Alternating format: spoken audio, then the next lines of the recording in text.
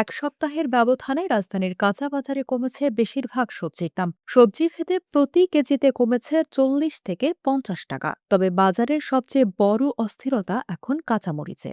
খুচরা বাজারে প্রতি কেজি কাঁচামরিচ বিক্রি হচ্ছে ৩৫০ থেকে ৩৮০ টাকায়, কোথাও কোথাও ৪০০ টাকায়।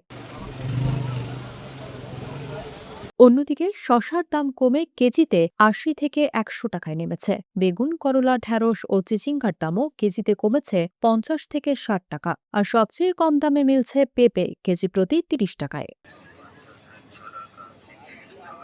সব ধরনের মাছের দাম কেজি প্রতি বেড়েছে ৫০ থেকে ১০০ টাকা। তবে মুরগি ও ডিমের দাম স্বাভাবিক রয়েছে। এছাড়া ব্রয়লার মুরগি বিক্রি হচ্ছে কেজি প্রতি ১৮০ টাকায়, সোনালী ৩৩০ টাকায়, আর প্রতি ডজন ডিম বিক্রি হচ্ছে ১৩৫ টাকায়। আমরা তো ১০টা না না হলে বেচুন না, ১০টা লাভ করাই লাগবে।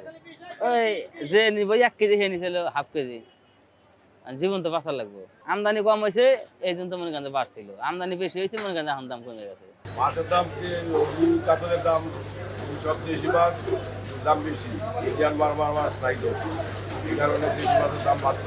যে পরিমাণ মাছ আছে তুলনামূলক অনেক কম, এইভাবে আরো ২ মাস এরকম কম থাকবে। বাজার নিয়ে স্বস্তিতে নেই নিম্ন আয়ের মানুষ। তাদের দাবি, বর্তমানে সংসার চালাতে বাজার খরচ সামলানোই কঠিন হয়ে পড়েছে। আগে তো ৪০ টাকার নিচে কেজি ছিল এভারেজ সবগুলাই, এখন মিনিমাম ৮০ থেকে ১০০ টাকা কেজি। সব শাকসবজি সবকিছুর দাম বেশি। ইচ্ছা করে দাম বাড়ায় এরা, সব সিন্ডিকেট একদম, সবাই মিলে দাম বাড়ায়।